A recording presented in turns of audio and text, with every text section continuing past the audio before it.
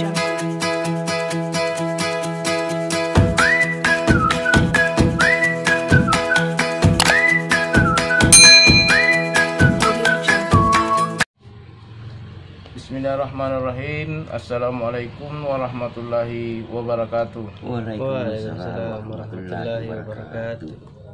Alhamdulillah, puji syukur kita panjatkan kehadirat Allah Subhanahu wa taala.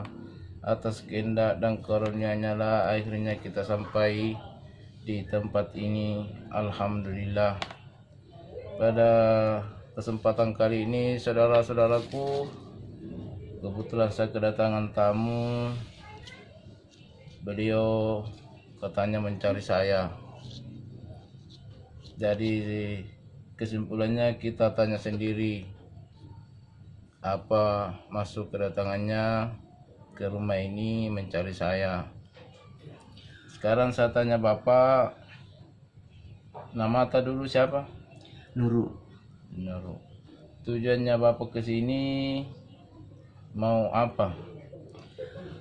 Mau mencari apakah itu sholat yang benar, bagaimana? Oh begitu.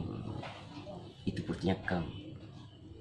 Oke saudara-saudaraku, sebelumnya saya minta maaf karena saya ini bukan guru, saya juga bukan ustaz, saya juga manusia biasa. Tapi insya Allah mudah-mudahan saya bisa memberikan penjelasan yang intinya bisa memuaskan.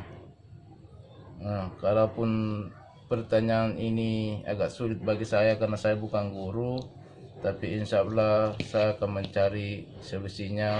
Mudah-mudahan bisa memuaskan untuk beliau ini dan saudara-saudara yang menonton video ini. Baiklah saudara-saudaraku, marilah kita jawab pertanyaan Bapak ini. Insya Allah mudah-mudahan saya bisa kasih penjelasan.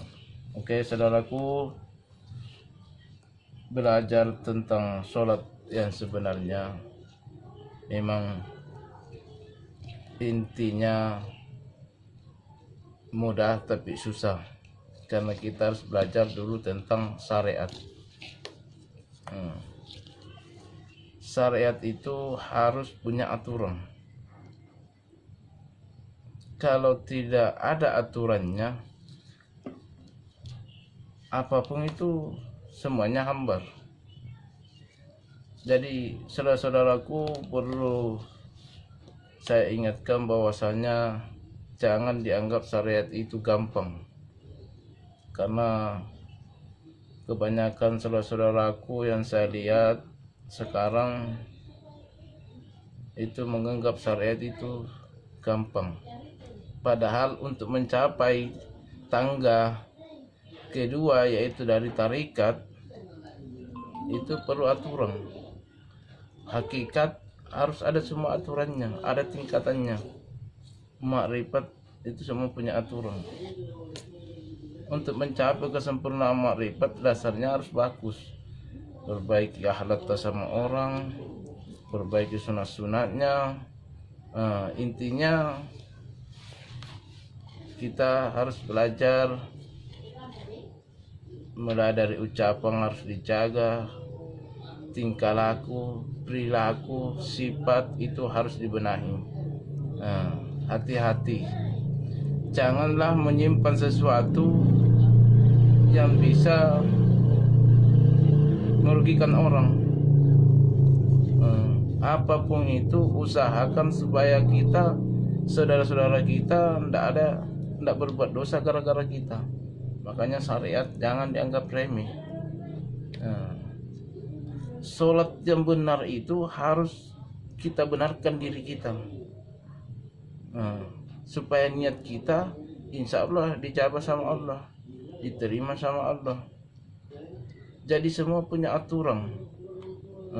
Kita berucap, berkata, itu semua punya aturan.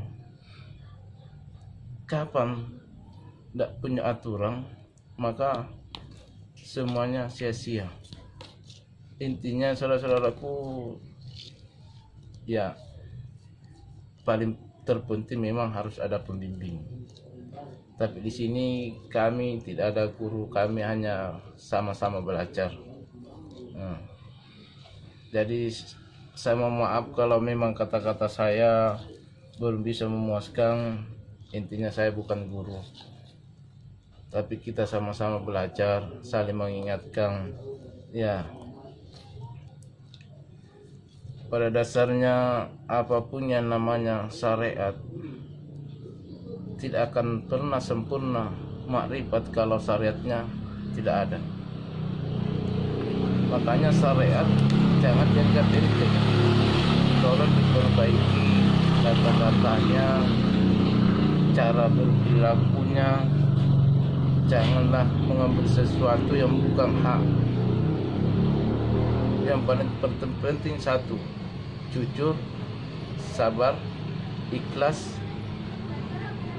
Kalau kita tidak pandai punya aturan di sini, maka yang kita laksanakan itu sia-sia. Jadi saya sampaikan buat Bapak ini dan semua saudara-saudaraku yang mendengar ini, yang menonton video ini, kita di sini tidak ada guru, tapi kita sama-samalah belajar, saling mengingatkan. Kalaupun banyak kekurangan, la haula wala quwata illa billahil aliyil azim. Hanya Tuhanlah yang maha sempurna. Manusia memang tempatnya salah. Jadi kesimpulannya saudara-saudaraku, syariat intinya yaitu jaga diri kita, introspeksi diri kita, ngajikan diri kita, pandai-pandailah mendengar orang-orang ceramah, pandai-pandailah silaturahmi kepada saudara-saudara kita, supaya kita punya pengetahuan dan bisa dipraktekkan. Karena intinya untuk mencapai kesempurnaan dari syariat, kita memang harus banyak belajar. Untuk mengetahui yang namanya syariat, memang harus berkorban, harus banyak-banyak berkorban, harus punya aturan dan punya pengorbanan, teliti dan hati-hati. Itulah syariat. Berbanyak baca Al-Quran, berbanyak berzikir, bertahlil, bertahmid. Ya, itulah. Barang siapa yang dekat sama Allah, maka Allah lebih dekat sama kita. Intinya harus ada pembimbing untuk mengetahui langkah-langkah selanjutnya, karena namanya pelajaran itu bertingkat, punya aturan. Jadi untuk mencapai tangga tarikat, hakikat makrifat, memang harus ada yang membimbing, supaya ada yang menjelaskan bahwasanya untuk mencapai kesempurnaan dari makrifatullah harus ada guru dan butuh pengorbanan dan perjuangan. Baiklah saudara-saudaraku, mungkin hanya inilah yang saya sampaikan, dan saya akan melanjutkannya nanti di video-video selanjutnya. Oke saudara-saudaraku, cukup sekian sampai di sini. Mohon maaf jika ada kesalahan dan kekurangan. Tempatnya manusia adalah salah, tempatnya yang benar hanyalah kepada Allah Subhanahu wa taala. Wabillahi taufiq wal hidayah. Assalamualaikum warahmatullahi wabarakatuh. Waalaikumsalam warahmatullahi wabarakatuh.